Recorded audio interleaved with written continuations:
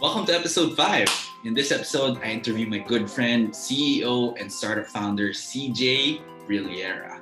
CJ has started 5 companies at various stages of his life. And in each of these stages, he has learned some hard but valuable lessons, which brought him to where he is today. A CEO on the rise and one that is able to create value for his community, his shareholders, and his family.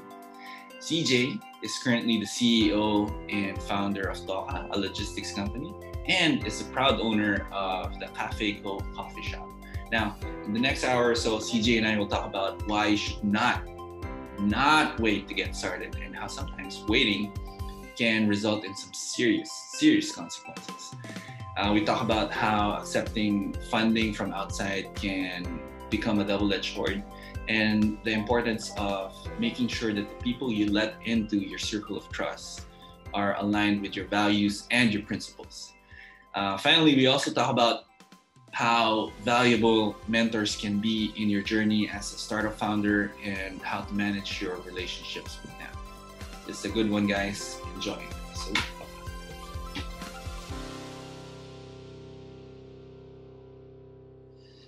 All right. Good day, ladies and gentlemen. Today, I talked to one of the most impressive young leaders I've ever met. I first met him in an event called Kulitan, which was a networking event for entrepreneurs, tech startups, and innovators. It's sponsored by a company called Kubo. At the time, he was already the founder of 3 startups, DNA, IT Solutions, Virtual Reality, and Augmented Reality Technologies, and GasMe. So those 3 startups. He has not slowed down at all, ladies and gentlemen, from that time. He has since founded one more tech startup and is recently a top 10 finalist in the prestigious Draper House Startup Academy. I've been looking forward to this conversation for a while now. So without further ado, Siege, welcome to the show.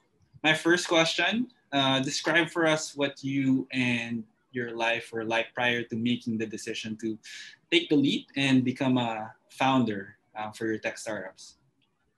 Hi, John. Thank you for inviting me here. Actually, thank you for taking advantage of the time also to interview me. So actually, it's a very long journey before I get here in this kind of situation. So you mentioned a while ago, my first company was DNA IT Solutions. So it's a IT solution company, and I built it when I was still employed. So I studied the process and also gather people for us to be able to have a team. But that kind of setup is not workable on us. So we decided to build an actual employee concept. So that's one of the journey of being a startup founder. But of course, in a lifestyle, so I decided to resign and focus on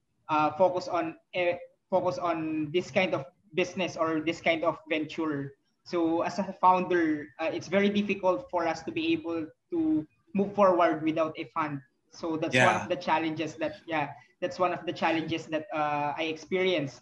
Without the fund, we cannot close new deals, new venture for the business. But of course, because we have that kind of spirit, right? We have that kind of enthusiasm, and also we want to move forward to our dreams. So I decided to take a risk. So all of my savings, all of my funds, personal funds, even actually my marriage funds before, it was really an amazing journey actually, and I'm very grateful. Actually, I think it's my 4th year as an entrepreneur, or 5th year, I think, as an entrepreneur, to be exact. I know that we have a lot of learnings to learn still now, until now, but of course, the spirit is still there. I want to move forward. My vision is still there, and I know that we can endure everything, every challenges. Yeah, absolutely. Your story. I mean, the 4 years that you've spent as an entrepreneur and everything you've done in between are very inspiring. Even for me personally, that's why I really wanted to have an opportunity to talk to you, and hopefully, we can, talk about all of that all of those experiences so that we can inspire a lot of people listening to this podcast as well.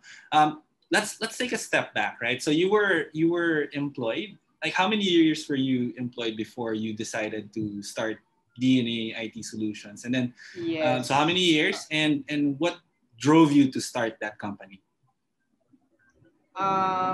I graduated at 2013, 14, 15, 16. Wait, I think 5 years that I am employed. So, but that's not actually the. I work with a government on my first employment after graduation. Then I took the risk to work with a private sector. So, but one of the things that I'm very thankful of, and I've uh, very much learned, very much helpful for me to learn more about my career is when I'm in the oil industry. Okay. So that's why I started GasMe before. Right, So it's right. yeah, the fuel on demand platform. Actually, it's the first fuel on demand platform here in APAC or Asia Pacific. So that's one of the things that I've learned and also acquired in my employment. It's very a great journey actually. I learned a lot of things when I was employed. But of course, we know that as employee, we cannot outdo our dreams. So Right. I also actually the main reason the reason why I resigned and retired for my employment is I don't want to have a boss. Oh, okay. Yeah. So you So were you yeah. were employed in the oil company. I think it was Sea Oil, right? If I'm not mistaken, I got Yes. that from your Yes. LinkedIn profile. So you were Yeah. employed, and this whole time you were feeling like, I can do things better. Like sometimes I have that feeling, right? Like, Yeah. and especially if I have a boss who's like me, very aggressive. Sometimes we don't get along just because I Yeah. feel like this is how it should be done. But sometimes there's other considerations Yeah, that because you know that there is an authority that you need to follow. yeah, yeah. Yeah. So autonomy for me is something that's very important, even in my work. The best bosses that I get along with really well are those that just leave me Yeah. alone and let me do my thing. So you were feeling that, and is that what drove you to like become an entrepreneur? Like, what was your thought Yeah. process before getting to that decision? Yeah, actually, when I was employed in Sea Oil, I formulated DNA IT Solutions, which is Development and Analytics IT Solutions. So I formulated that company. Then I decided to be employed again after several months because I think my finances are not that supporting me anymore. So I told myself that I need to be employed. So I decided to make sure to apply in a good company. So I got an APAC position in one of the provider of pumps here in the Philippines. So same industry, oil industry, but very big scale. So I was the IT and automation lead of the company. So we are supporting a lot of actually a lot of pumps. Or if you are going to the stations, you know um, the nozzles and pumps that are Right. deployed in the gas station. So we automate that. So with Automate in a the way that you don't need pump attendant anymore. And it becomes a self possible, yes, service. that's Yeah. yeah. Actually, that's one of the goal. But the thing is, we need to because here in the Philippines, you have like uh, meaningful service. Like you need to have Yeah. a pump attendant for you to be able to serve. So we automate in the sense that there's no need to have a POS or something, Mm, or you need a POS system, but it's automated that it should be readable from the pump or from oh, the tank itself, the underground tanks. got it. So, So after that, yeah, yeah, keep going. Sorry, go ahead. yeah. So after that, yeah, I actually I decided to resign because I got sick. So so that's the reason why I really resigned. But of course, I think that's one of the It's a sign. It's God's a sign calling. from, Yeah, yeah. that's It's a the sign from sign. the heavens. Yeah. Yeah, that's that I need to resign and pursue my dreams.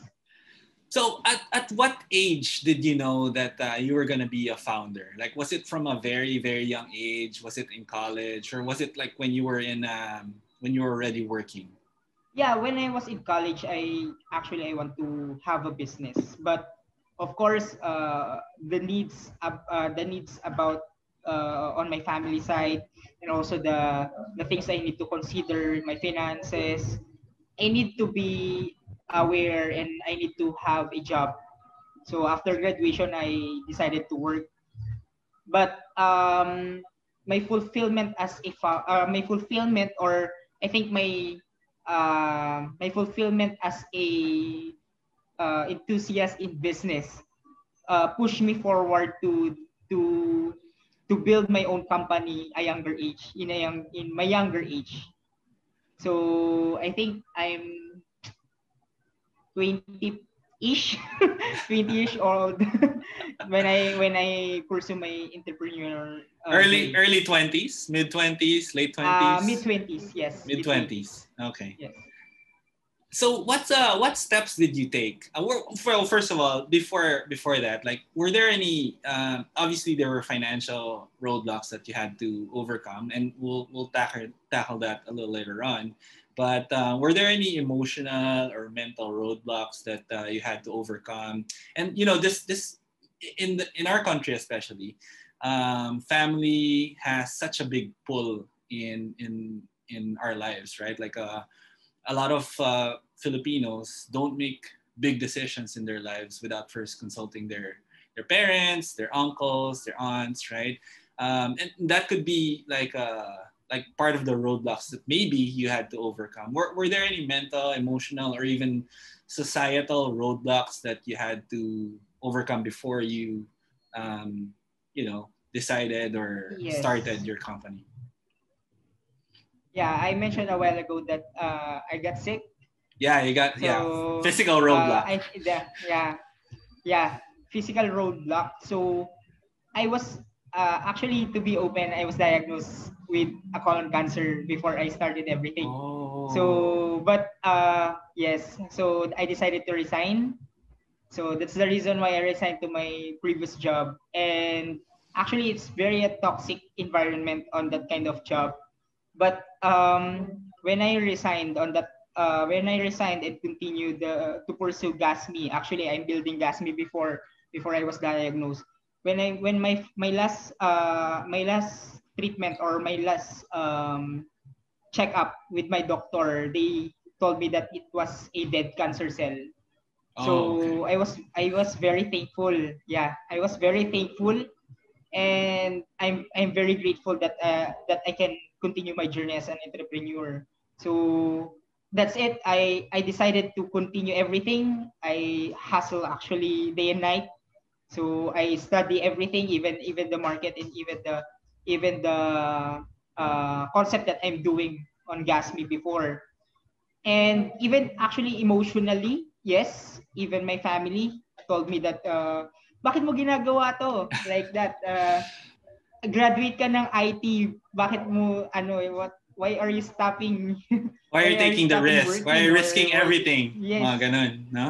Yes. So pinag-aral ka namin, ganyan. So they have this kind of words that they are telling me. But of course, as a I want to pursue my dreams. So it's very hard actually. It's very hard to deal with this kind of mindset. But of course, when you have this kind of character, and also personally, you have this kind of character that you want to pursue your dreams, you want to see a greater vision for yourself and for other people. Right. So I think that's one of the motivation that I have. Yeah, that's amazing and extremely powerful, because I'm sure there's a lot of people that are going through that. Obviously, our parents or loved ones are they love us very much, right? And they don't want to see us. They don't want to see anything bad happen to us. So sometimes, if you present Yes. something that has a lot of risk, then they would discourage you just because it's not the safe path, right? It's not what you would Yes. call safe and secure, and so on. Do you think if you did not get sick, like, do you think you would still be working for that company right now? What do you think would have happened? I don't see that I'm working with the company, but I'm still employed. Oh, Actually, yeah, okay. I'm still employed, but of course, because of that Wow. sign, yeah, because of that That's sign, I amazing. was, yeah, actually, I'm praying for that because, to tell you honestly, I'm very, very discouraged that time. But of course, when I know that, when my doctor told me that it was a dead cancer cell, I was very grateful that I can pursue my dreams. So of course, I'm supporting my family right now. Right. So that's it. I'm very actually I was encouraged when I heard my doctor that, it was a dead cancer cell. So that's one of my motivation and one of my push to Right. pursue that entrepreneurial journey. Yeah, that's I'm getting goosebumps right now actually because like so many people are praying for a sign, like something to push them, and literally the Lord gave you a sign that you couldn't ignore, impossible to ignore, right? And then obviously when I'm just trying to imagine when you heard the news from your doctor and the doctor said that it's dead, you don't have to worry, Yes. you're gonna be okay, then that probably just feels like, oh, I have a new leash on life, and I have to really maximize the time that I have here because that's scary, man. That's scary, and I can only imagine like how stressed it would feel Yeah. to not know what's next, and then finally receive news like that. So that's just amazing and inspiring. So I guess one thing that we could say to our people that are watching, the people that are watching, is don't wait to get diagnosed with cancer before Yeah. before you start living Because your dreams. actually, to tell you, John, I was afraid that I need to leave my job to pursue my business because one I think one thing that we are very fearful because of our finances, our financial status right now. But when that kind of sign, struck you or something like have an impact into your life, there is a big fruit afterwards. Yeah. So I think that's one of the things that I've learned from this kind of journey. I'm actually it was very focused on that kind of situation, but of course in that after that event, there is a lot of things happening. So there is a lot of challenges, especially in terms of business, in terms of partnership, trusting people, um, trusting your employees, trusting your staff, trusting your family. There's a lot of situations that you need to deal with. Not just only the sign, but of course, the journey itself, the milestone that you are pursuing, your dreams, seeing the vision that you want to pursue, seeing the vision that you want to get along with. But there's a lot of rocky road along the way. It is possible actually. A lot of entrepreneurs, a lot of businessmen, entrepreneurs, and even founders actually experience this kind of journey. But this is the journey. It's really the standard actually. There's no shortcut. Yeah. There's no shortcut in being an entrepreneur.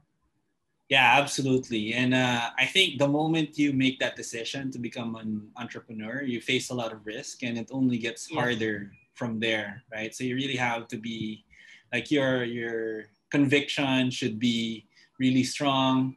You have to have a vision of the future that you want, because when times get hard, I imagine that that vision, if it's really powerful enough, it could get you through those hard times. Yes. But if it's not, if it's the opposite, then it's easy to just give up and say, nah, I'll just go back to being an employee. It's easier that way. Why am I doing this to myself? That sort of thing, right? Yeah. Yeah. That's true. Um, Actually, I also experienced that I want to go back as an employee, but no, no. I want to pursue my dream, so I need to be still. It's very much more that to say that the thing is the most motivational that I have is to have a mentors, to have people around me my people, actually my employees, even my employees are very much like a family type of setup. So it's very grateful to have this kind of support group that you are along with. So my family, my friends, even actually my family right now is very supportive. Not just only for supporting words, but of course, even if I fail, they still give me the support that I need. So, nandun siya sa journey na yun. We Yeah. will, it will, everyone will experience this kind of journey. But the Yeah. thing is, you need to endure everything. So, yun nga, never give up. Yeah, yeah. And it has to be more, I think you need to see these things as a learning experience, right? Because if Yes. you don't learn from them, like if these challenges happen, the hard times happen, and you don't learn from them, they'll repeat themselves, and it's gonna be harder and harder. But if you're continuously evolving, and obviously when the hard times happen, your family needs to be there. You have to have a support system, but then you Yes. move forward and you learn, and then you're better tomorrow or today than you were yesterday, right? So I think that's inspiring just to hear that from you, that it's not an easy road to be Yeah. a businessman or a founder. So yeah, definitely that you have to be prepared. Were you prepared? Do you feel like you were prepared to handle these challenges when you first made the decision to become a founder? And if you were, if the answer is yes, how did you prepare? Actually, no. Yeah, that's the answer. But of course, when you are in that kind of journey, or you will experience this, and you, as an entrepreneur, you need to have that kind of agile mindset. You Right. need to be flexible in every way that you need. So, nandiyan that you will be get angry, you will get depressed, you will get stressed, but of course, you need to move forward. So you need to think about you need to think a solution for you to move forward. So once you will experience stress or depression, and you don't have any solution, that's the end. Yeah. Actually I already told this one of my mentorship. um Entrepreneurial will is a journey that is very helpful in your future, but hindi ka dapat hindi ka dapat magkaroon ng, like, you don't need to have this kind of mindset that you need to give up, or you just parang you will just get depressed or stressed. So moving forward, you need to make sure that you have a solution for that. That's why you have people around you. You need to have a mentor. You need to have people like will help you along the way. So remove the people that is very toxic. So that's one of the things that I've learned. So maraming toxic na tao sa paligid, but of course, you need to remove them moving forward. Yeah, So yun. I completely agree, and that takes me back to something that Elon Musk said. Like Elon he was obviously the founder of Yeah. PayPal, right? And then he sold that, and he has a lot of different companies right now. But Yes. Elon I think he's an engineer, right? But he has Yes. no experience as like an owner of a spaceship, right? Like a Yes. rocket ship. He has zero experience in that, but he surrounded himself with people that know more than him, right? And Yes. so when they make decisions, they make it together, and he's able to grow SpaceX into what he wants it to be. And I believe someday we're gonna be able to go to Mars just because of Yeah. Elon Musk and how he's been working through the challenges that he encountered. And you're right. Toxic people, you have to get rid of them. I heard someone say that you have to make sure that you have a solid environment, right? Like your Yeah. environmental exposure is solid, like very positive, and you surround yourself with only quality people, or OQP. I've heard that, and I heard Yeah. that in TikTok one day. But yeah, it's because they'll bring you down, right? Like sometimes it's hard to explain things, and it's hard for other people to understand, and the energy that you have to expend just to help, just to make people understand, it's just too much, right? And you'd rather have that energy go into growing your business versus helping people understand what you're trying to do. Um, so yeah, definitely. What was the you mentioned mentors. Like a lot of people that are probably going to listen to this are going to be asking, Yeah. how do you find mentors? Like, do you just find people in Facebook like I did with you? Uh, Or how do you find a mentor? How do you convince a mentor to mentor you? And how do you keep a mentor? Like, how do you maintain a relationship with a mentor? um, Actually, there's a lot of platform that has a mentorship right now. So, for example, the government agency or government what do you call this? The Go Negosyo mentorship program. So actually, I started with that. So when I started with the Go Negosyo, there is a relationship with the mentor. So we continue to have a contact. We continue to have a communication. So they when I have a problem or I need to have a mentor in this kind of specific things, so I contact them. I talk to them personally, or because of the pandemic, we just have a Google Meet calls or Zoom calls. So that's it.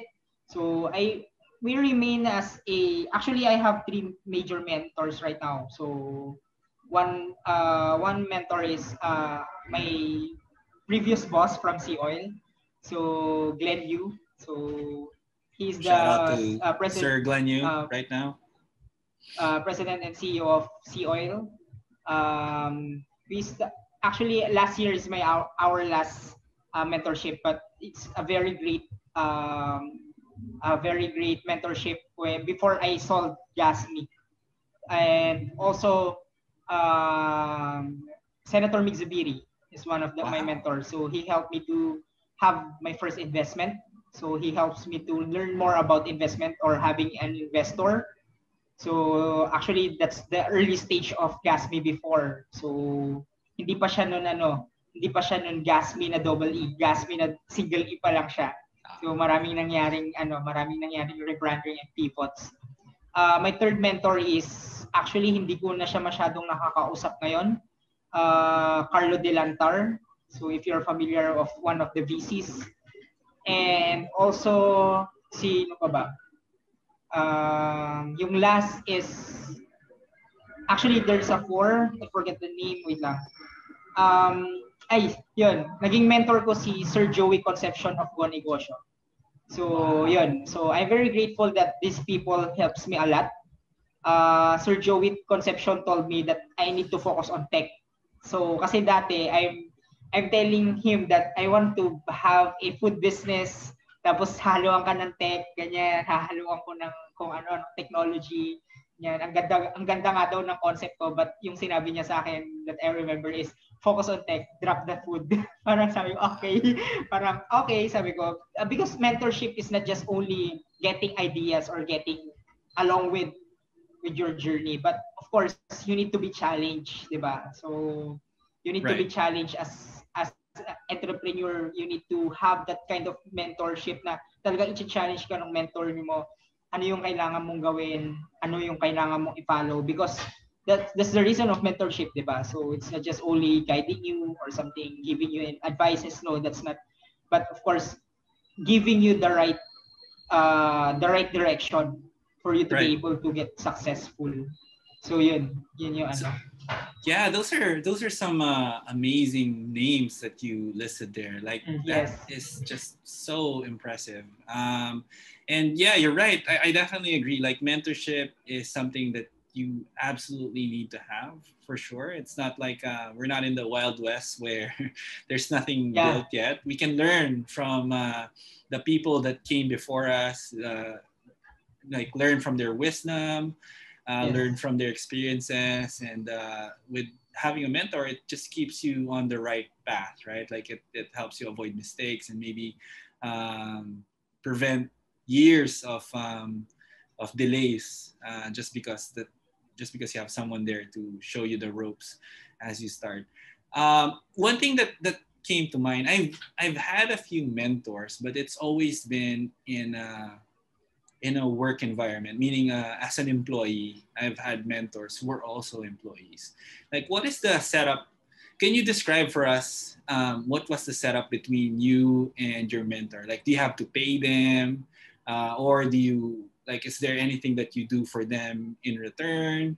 And like, how often do you meet? Like, what is the dynamic? What is the setup? Like, how do you? What's your relationship like with them? Um, in my own setup, in our mentorship setup, I don't need to pay them actually. It's like I don't know, maybe because of the relationship that we have or something that um, paying back the success that I am pursuing right now is one of the payback that I need to give them. Seeing the startups or seeing me as a founder growing is one of the payback, I think. But there's still a mentor that you need to pay, like uh, I don't know, maybe Like voluntarily. incubators, Yeah, mentors in in incubation. incubators and stuff like Yes. that, right? So there is a platform for that, but of course, in a different kind of setup, like I experience, there's a lot of free mentorship. So and you just need to build relationship with them. You need to build communication. You need to have good relationship. You need to give the trust to them. So that's it. I think that's one of the things that give me the motivation to move forward also is because of my mentors. Are there any do's and don'ts that you can give as far as being a mentee? Like just maybe one or two do's. Like for example, based on what you said, I feel like do be like transparent, like be honest with what you're going through, be able to communicate well. Are there any don'ts that I can't think of any don'ts? Yeah. Maybe don't be makulit or something. I don't know if that's a don't. That might be a do actually. I'm not sure. Like, what are the do's and don'ts for your in your perspective? A mentor and mentee relationship is there is still do's and don'ts, but of course, for example, do's, you need to follow the guides. So you need to follow the rules. You need to follow everything that your mentor will tell to you. Of course, they will not tell you to and you will be stumbled a while next later on. They will not tell that, but of course, the don'ts are, of course, don't be pasaway. Diba? One thing that pasaway thing is, of course, you need to listen. You need to minsan kasi there's a lot of mentees that parang mas marunong ka pa sa mentor mo, 'di ba? Yeah. Like that kind of Okay. Yeah. Oh, attitude. So I think that's the don't that you need to consider also. The do's are there's a lot of do's actually. Of course, there's step-by-step procedures, the journey, the expansion, the startup. So when you need to have a startup, minsan when you're expecting if you are a mentor, ikaw na yung mag-i-invest dun sa company. Parang ganung mindset eh. Like if you're a startup founder and you are having a meeting with your mentor, parang yung mentor mo na yung nakikita mong investor. He is investing his time or her time. But of course, iba kasi pag investor. Iba na yung uh, kausap mo.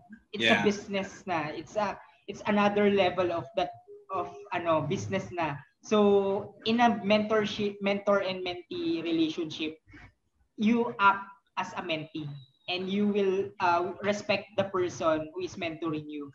Ganun yung do's. Ganun dapat na relationship. Hindi yung, yun nga, yung don'ts. Pasaway ka, mas marunong ka pa sa mentor mo, mas magaling ka pa, di ba? Uh, You're parang, hindi ganyan yan.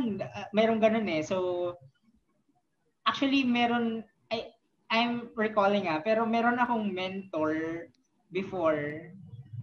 Parang hindi siya mentor, but he is just suggesting something. Pero sabi kasi ng mentor ko ganito eh. Ganun ako. So, pero hindi siya ganun pala. Dapat hindi, you should not speak like that. So, even it's a suggestion, you need to respect that, 'di ba? Be thankful that there's people who is suggesting something, 'di ba? So ganun siya. Ganun siya maging ano, yung And relationship with your mentor. yeah, so it looks like you need to come in with, you need to be open, right?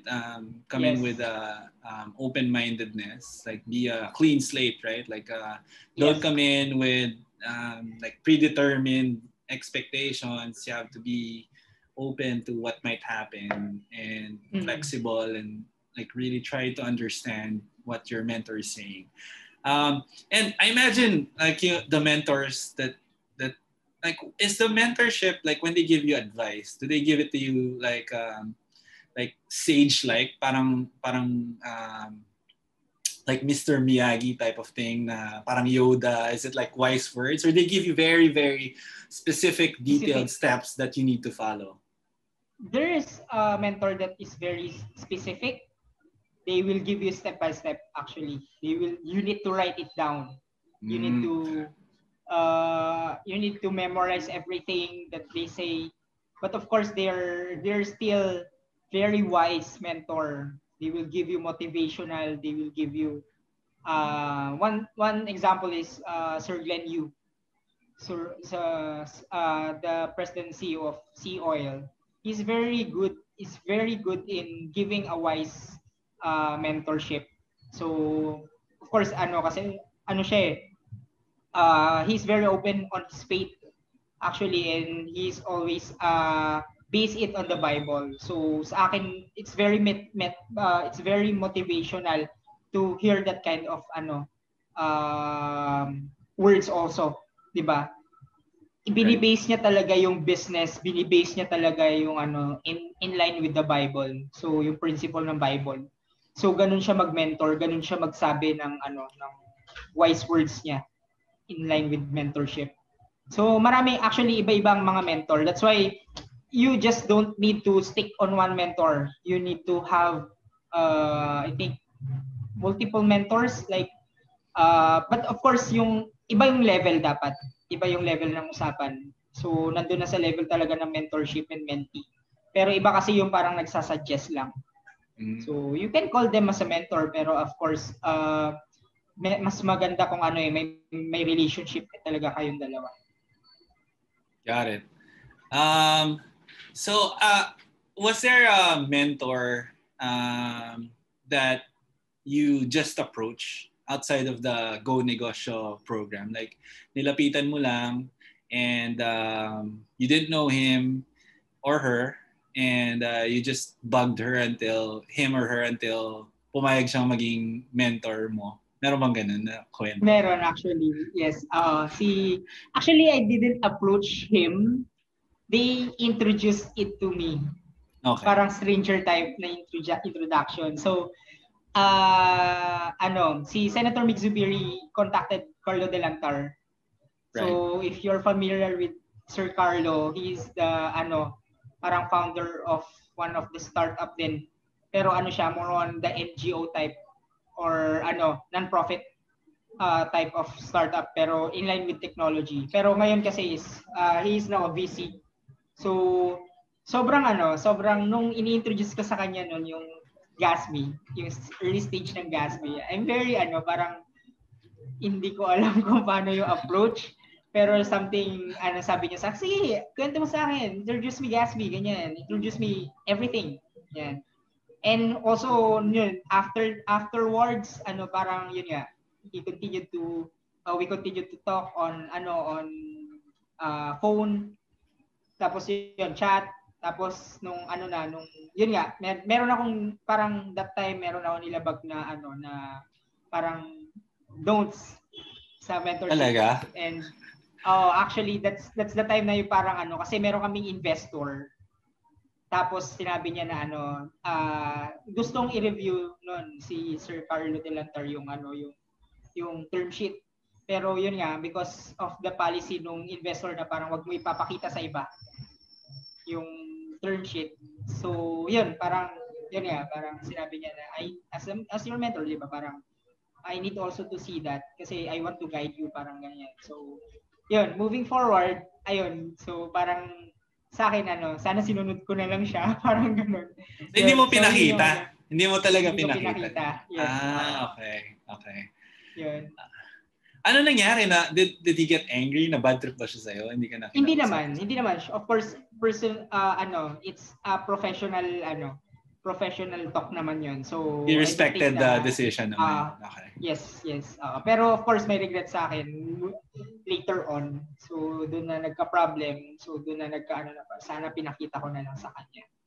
So yun yung mga Was that would that have been a legal problem kung pinakita mo tas nalaman nung investor?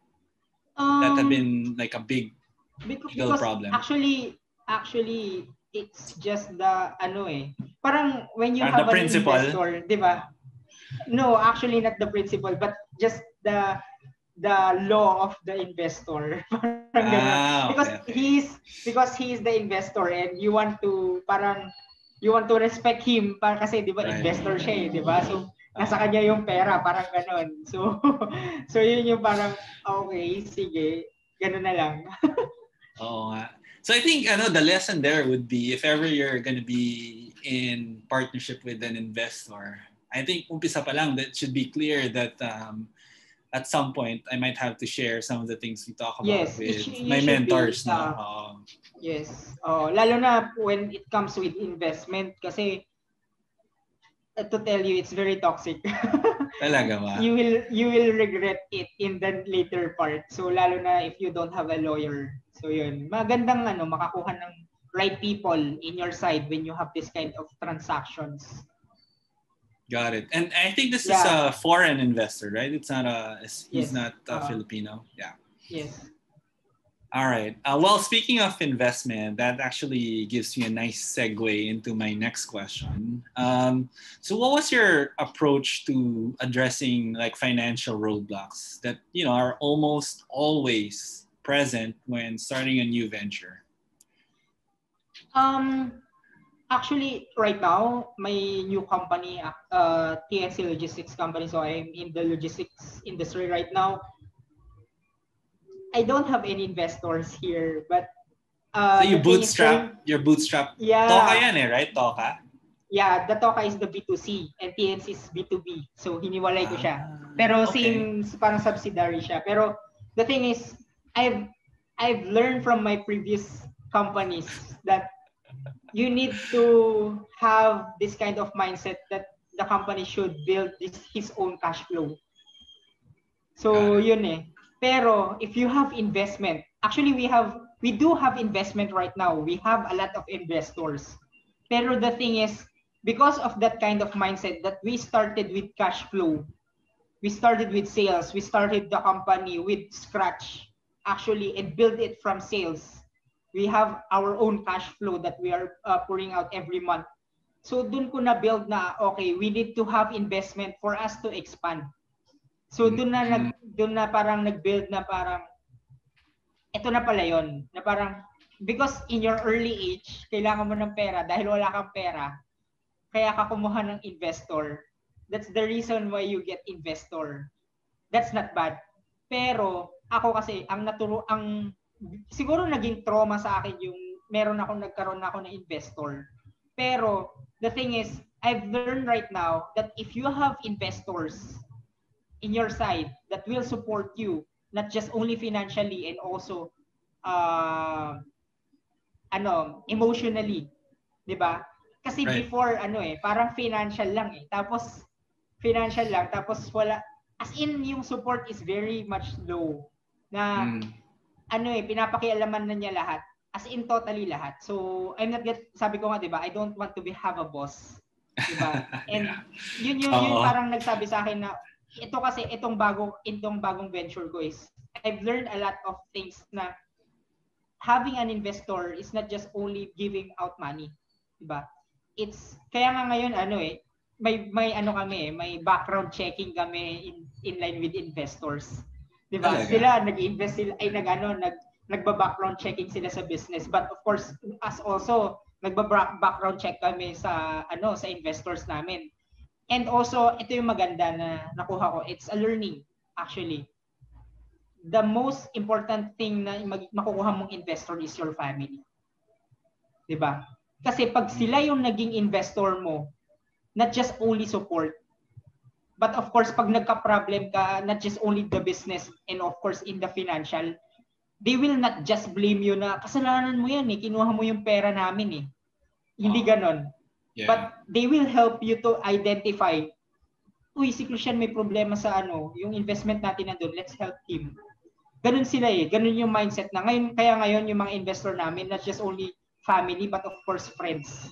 Yan yung mga family and friends. I'm focused right now. Parang akong ngayon, yung mga early stage startup. Pero I'm not considering it as na parang actually personally lumalayo na ako dun sa startup scene na sinasabi because I want to build a real business. And real business is a good for investors. So yung mga family and friends ang pinasok namin dito sa business as investor because they really we know them, we trust them, and also they trust us.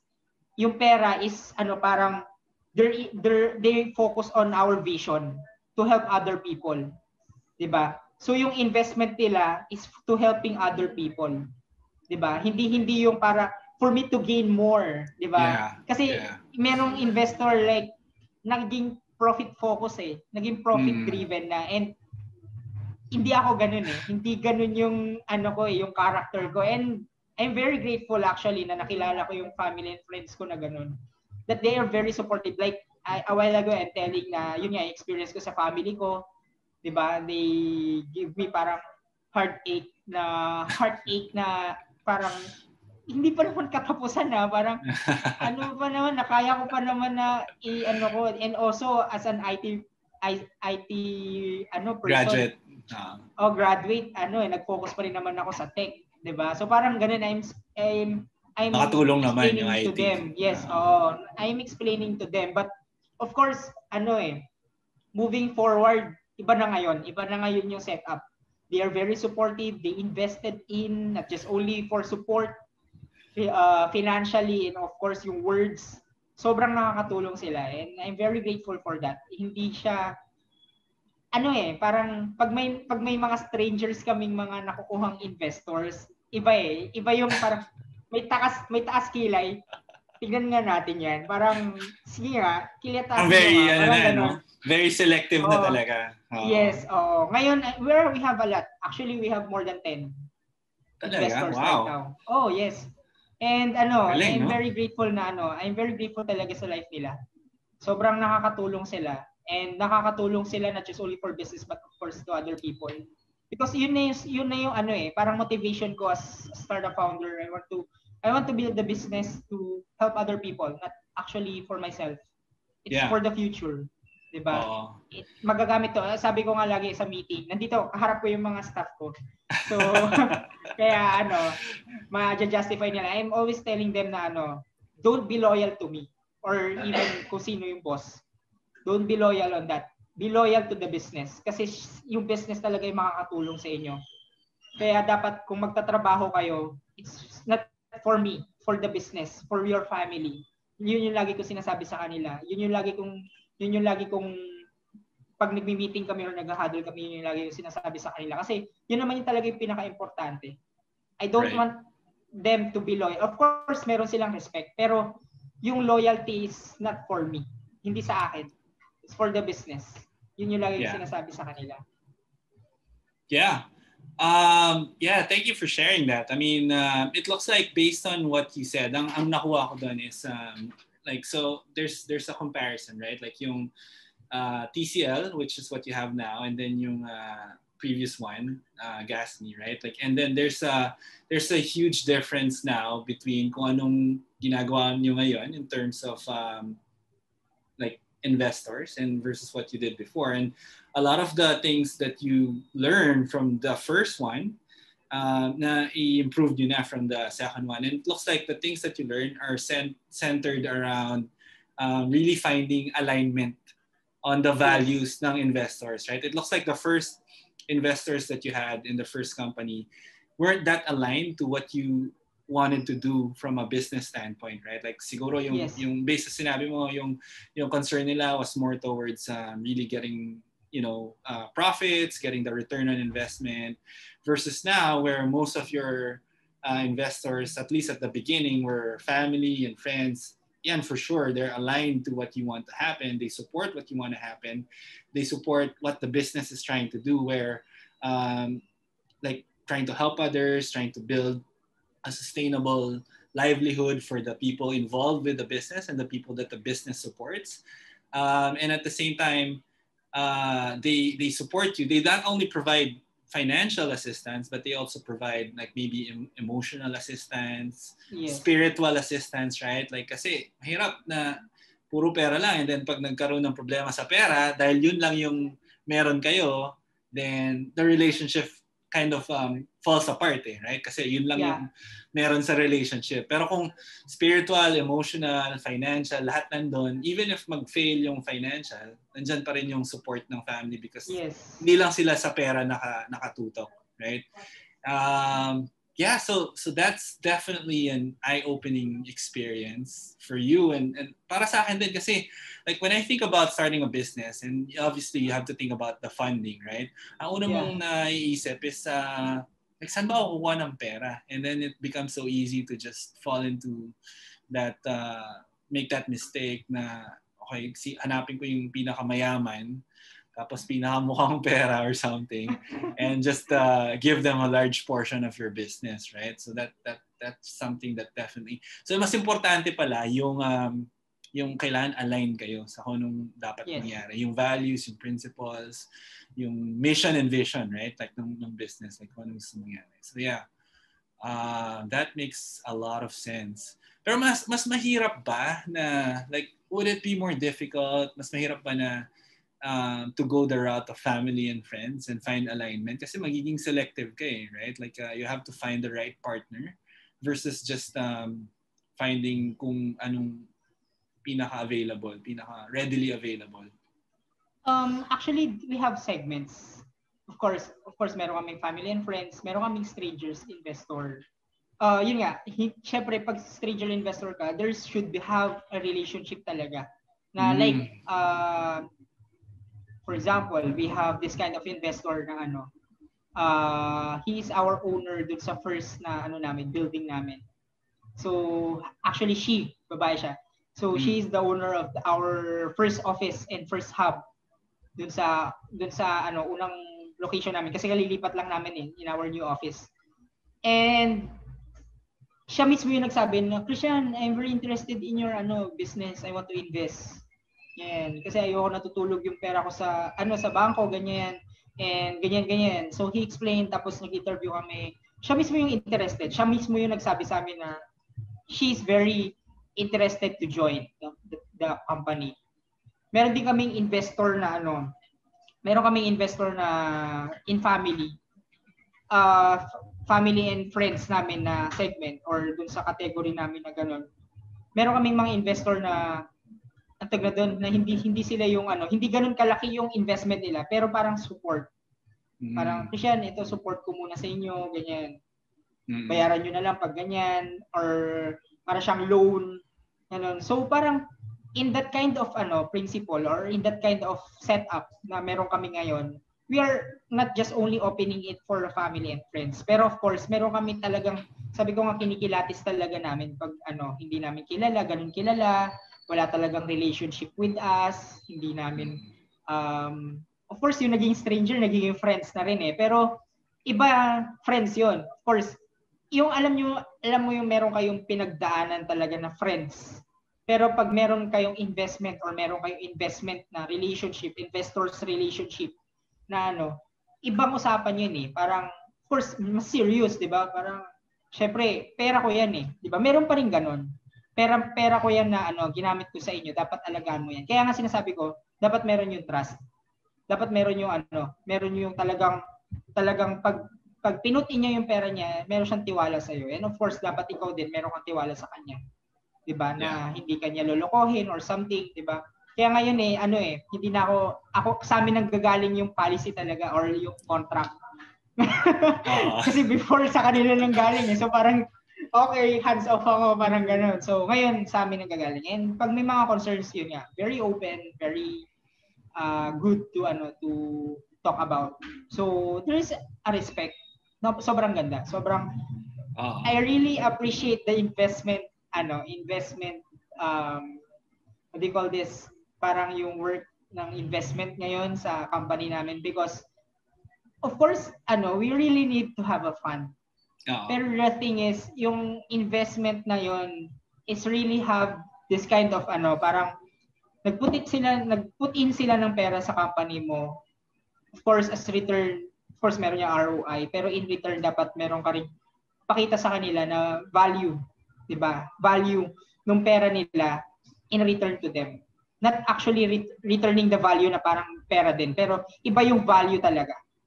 Di ba? Value means yung parang your effort, yan, valuable yan eh. Your effort, your work, nakikita nila na hard, na talagang pinagpupursigihan mo yung pera nila, ginagamit mo sa tama, ginagamit mo sa pag-expand ng business, 'di ba? Hindi lang yung nakuha mo na yung pera, okay na, hindi ganoon.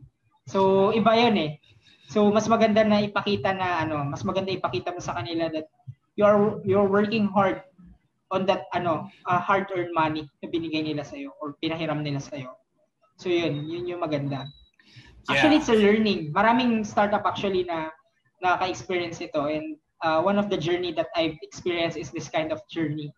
So, maraming magkakaiba. Siguro nag-start sila na maganda yung investment relationship nila. Hanggang ngayon, maganda pa rin. Pero sa akin kasi, I started na masalimuot eh. So, yun. It's a learning curve na kailangan matutunan talaga. Yeah. I think, one thing that I can say probably is, meron siguro talagang mga investors na naghahanap ng mga, like, it's a negative term, pero naghahanap ng mga bibiktimahin, right? Like, gusto talagang, like, yung mga inexperience, right? Like, pero ang ganda ng setup mo ngayon, right? Like, because the power is with you. The power is with you and the company, like your family and friends. You have the power because you're the ones selecting kung sino yung pwede pang papasukin na investors. Yes. How did you get to that point? Like if there are people listening right now na nag-start na sila, they're looking for funding, what would you tell them so that they can get to that point na sila na yung pumipili ng investors instead of sila yung nagmamakaawa or naghahanap ng investors na tutulong sa kanila? Siguro one thing is nakita nila yung value talaga ng ginagawa namin. 'Di ba? Your vision. 'Di ba? Lagi kong sinasabi talaga sa company namin, even right now, it's for other people talaga. Yeah. Hindi talaga para sa amin. Actually right now nandun kami sa doon sa startup curve. Nandun pa lang kami sa pababa na 'yon sa Valley of Despair. Parang nandun pa lang kami sa hinahanap pa lang namin yung talagang success. Pero hindi ganun ka-successful yung company right now. To tell you honestly, pero the thing is, you need to pursue. And dun siguro nakita ng mga investor namin na may determination sila. Diba? So, the determination itself will speak to them eh. Tama? So, I think, and also in the first stage siguro, kung wala ka pang investor ngayon, talk to your family. So, I need to have this kind of money, kahit hindi ganitong money, pero I want to start my own business. Sabihin mo sa kanila yung concept mo, sabihin mo sa kanila yung idea mo, paano kayo kikita, paano kayo magtutulungan, anong gusto mong tulong nila na gawin para sa'yo, di ba? So, to have that kind of courage is kakaiba. Of course, meron tayong ego eh. Even our family, meron tayong ego na pero when you talk to them, ibang klase, ibang relief yung mararamdaman mo pag kinausap mo na sila na kailangan mo ng tulong.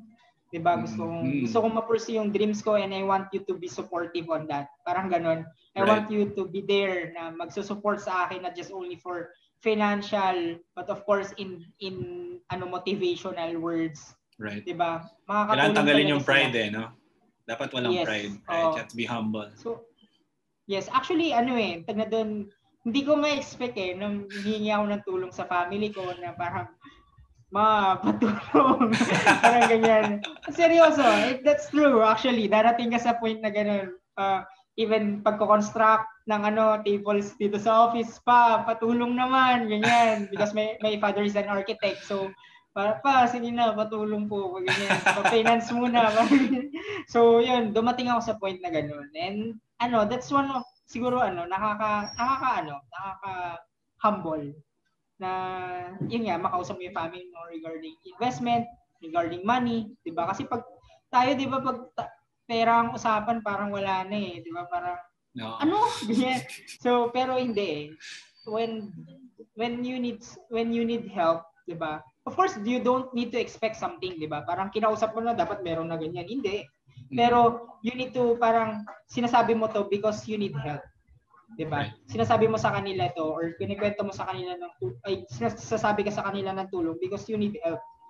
Syempre, of course, don't expect on something na matutulungan kanila. Of course, hindi mo naman alam yung kung ano yung status nila ngayon, 'di ba? So, ang maganda, mas maganda na sabihin mo yung magsabi ka sa kanila, pero you don't need to expect, 'di ba? Tatanungin mo sila, baka po pwede po kayong ganyan, or if you want to help me, ganyan, if you are able to finance my dreams, ito yung amount, ito yung minimum, ito yung maximum, di ba? May mga ganon.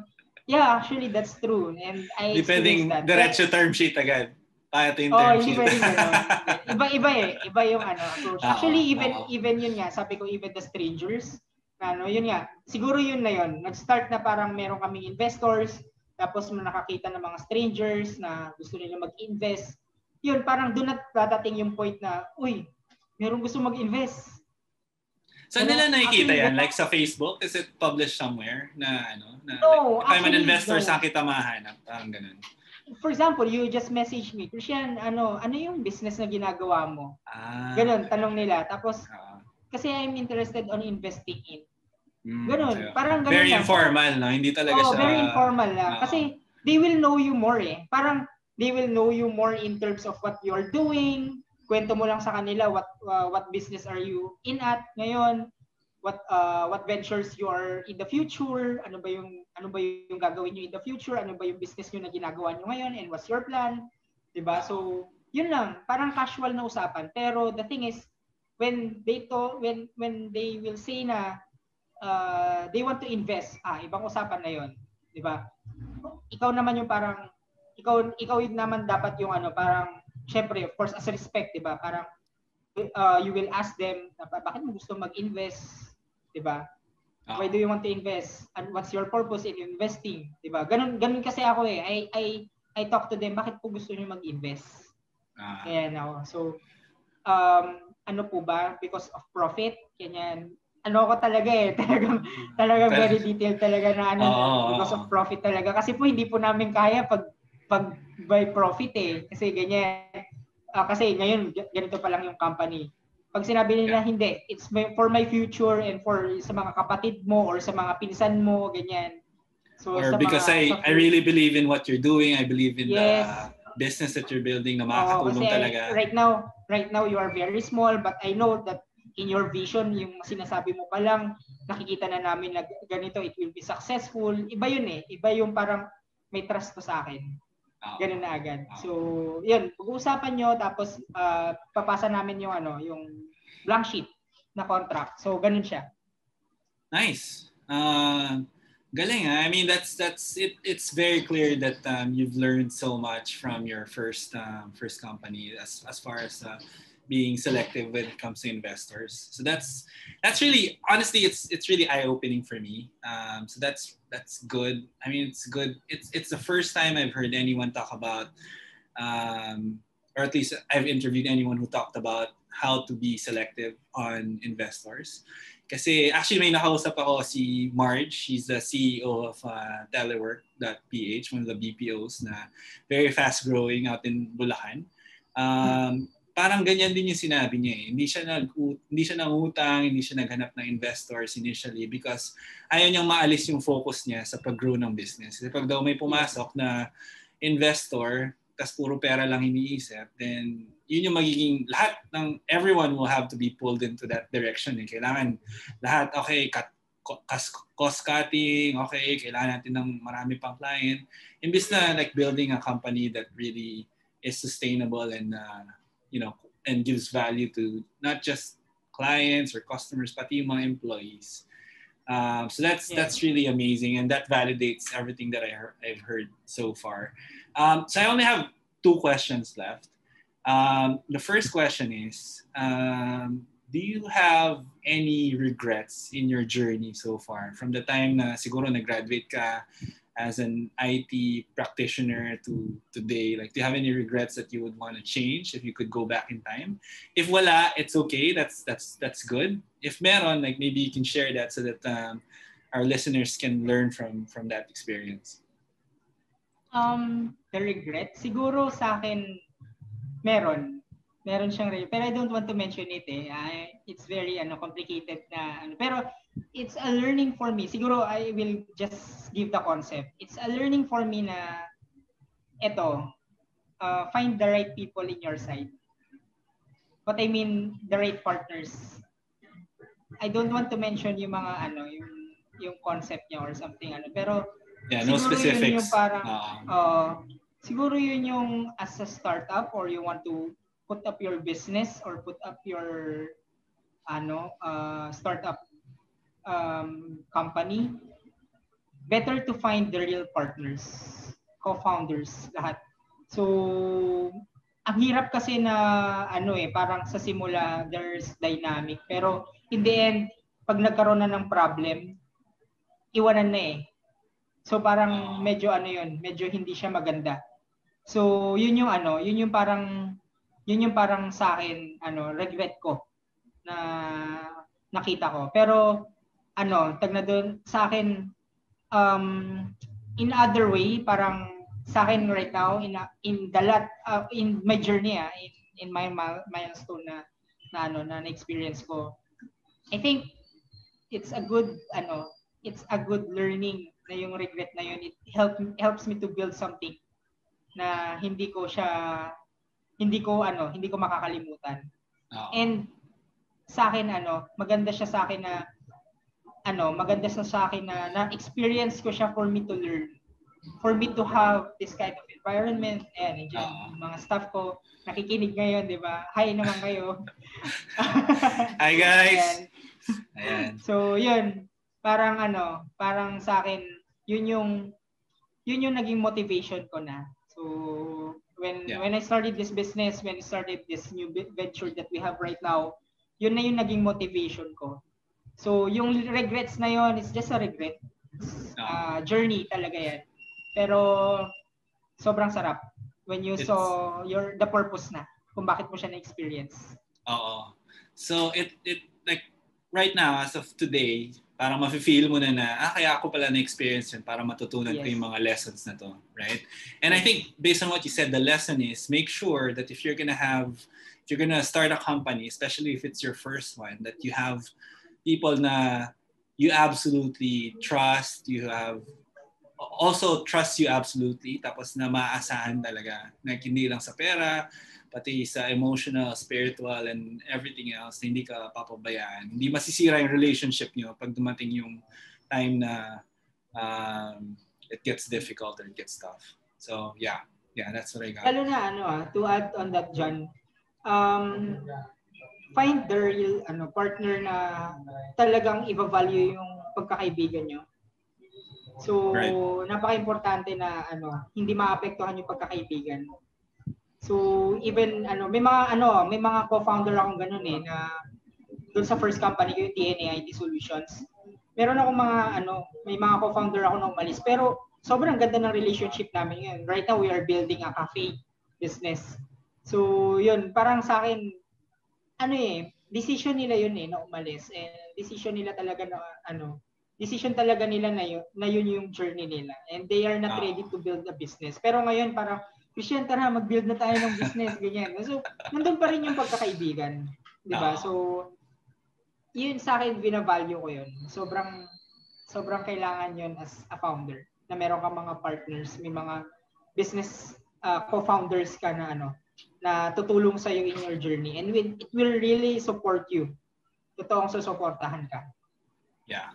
Absolutely agree. Definitely. And I know a lot of people who have parang nag-fail and nag-succeed based on who they started with as founders. My last question, what advice would you give anyone who's listening right now, whether it's a college student na nag-iisip kung gagawin, a fresh grad, tenured employee in some company and they're thinking about changing their lives for the better by becoming an entrepreneur, becoming a founder, like what advice would you give them if they're listening to this?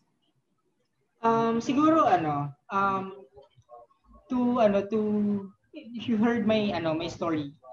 Right. I started as an employee. Pero tag na doon, if you have that kind of dream na gusto mo talaga mag-start ng business, I suggest that learn from the mistakes of other people. Actually, nabanggit mo kanina si Elon Musk. Idol na idol ko yun eh. Sobrang ako din. Grabe. Ibang level, Actually, no? Ibang level talaga. Sobrang ina-idolize ko siya in terms of I don't expect na ganun level ako pumunta na parang I'm the richest man in the world. Hindi ganun. Pero alam mo yung vision niya na pinanghahawakan niya. 'Di ba? If you are a student or if you're still studying right now or if you are a graduating student or just parang naghanap ka ng trabaho or opportunity for you to move forward in your life. I think the one reason that I can just suggest is hold on your vision. So one thing God created us because we have that kind of specific vision or unique vision na binigay niya sa atin. It's very specific na walang ibang tao yung kayang manggaya nun. 'Di ba? So when you hold on that kind of vision, you will pursue something eh. You will parang in your journey holding that kind of vision na hindi kaya ko to, hindi gusto ko tong gawin or hindi meron akong gustong i-accomplish. In that kind of journey, you will learn a lot. Diba? You will learn a lot of things. You will learn a lot of bad things. Diba? Itong damit ko actually, bad decisions, good stories. So, actually, ganda t-shirt eh. Oo. Yes, maganda. Actually, binili ko siya kasi ganda ng Pero, yun yung gusto ko sa inyo, i-advise that wag niyong hakalimutan na meron kayong vision. May specific vision kayo na assigned para sa inyo. And wag niyong hahayaan yung ibang tao na sirain yun. Kasi kayo din mismo yung you are the one who is will destroy your vision itself. Hindi ibang tao, hindi yung mom, hindi yung parents, you're not your parents, not your loved ones or anyone or your friends. You are the one who will take hold on your vision. So I suggest or I advise na take hold on your vision. Don't forget to panghawakan niyo talaga. I never let it go. That never give up actually on your vision, on your goals. Ito napanood ko yung vlog ni Tony Gonzaga and yung husband niya. May sinabi si Tony Gonzaga doon na when you write a dream, kasi meron sila parang goal nila for 2021. Sabi niya doon, when you write a dream, make sure that it hurts. Bakit? Kasi when it hurts you, parang, yes, sobrang imposible nun. Pero it will motivate you to move forward. Paano ko kaya? Makakaisip ka ng paraan paano siya ma-achieve eh. Diba? So, ganun siya. When you have that kind of vision, yung vision mo, masakit yun pag hindi mo na-achieve. Tama? Pero yun yung magiging motivation mo to move forward and to give your vision to be successful in the future. So yun yung advice ko sa inyo. Maraming motivations na I take hold, marami akong nabasang books na naging reference ko rin. But of course, you are writing your own book. Diba? You're writing your own book and I tell you when you finish that book, makikita mo yung sarili mo na ito na pala ako ngayon. So yun. Thank you, CJ. That speaks to me, honestly. It really does. That really helps me personally. And honestly, I think marami rin makaka-relate to that at maraming na-inspire dyan. So thank you. I think that's where... Thank you, CJ. Actually, thank you so much for agreeing to this. Before we end, is there any way that our listeners can help support you and your family and your business, like on social media or anywhere? Actually, I wanted to introduce na rin na So, actually, we are a startup here in Rizal. We are the first-born startup here in Rizal focused on logistics. So, yan. So, palike na lang ng page. TNC page? Logistics Services. TNC Logistics Services and Toca. yung Toca is as B2B, so para siyang competitor ni Lalamove. Okay. So ano siya, tag na doon, we are a tech startup. So we are also focused on tech. Our process is running in internet. So wala kaming, meron mga semi-manuals, but of course, yun, in-automate namin lahat na ano. And yun, liking our Facebook page will also support us also. So yun, like and share na lang din. So yun, thank you so much. Thank you, CJ, and I'll make sure much, to. You're welcome. Very, very appreciative of your time. I'll make sure to add the links to your businesses on the notes for the show, and when I publish in all of the channels that I'll be publishing in. Thanks again. You're a blessing, CJ, and inspiration. Thank you so much. Thank you so much, Jan. All right. Appreciate it. Bye-bye. Bye-bye. Thank you.